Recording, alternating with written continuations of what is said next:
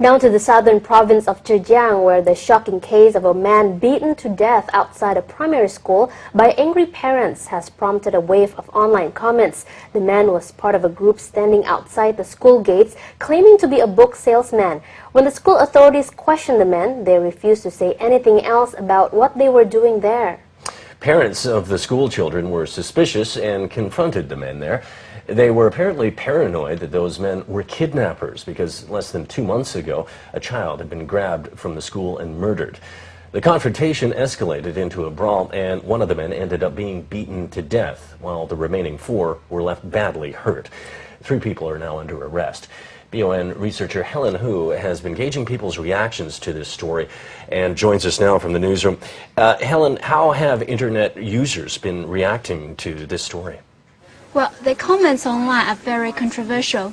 Most people say the people who beat the booksellers should be severely punished. They say that although it's wrong to sell books in a primary school without permission, the parents had no right to beat them, let alone beat one of them to death. But many others say they can understand why the parents reacted as they did. They say the parents were just very worried about their kids and were trying to prevent another kidnapping case. People supporting the parents say that authorities should go easy on them because they made a mistake, thinking the 5 men were human traffickers. A few net users even speculate that the salesmen were indeed child traffickers. And Helen, has anyone been talking about the school's responsibility in all of this? Yes, another net users say it's the school's responsibility to protect their students there.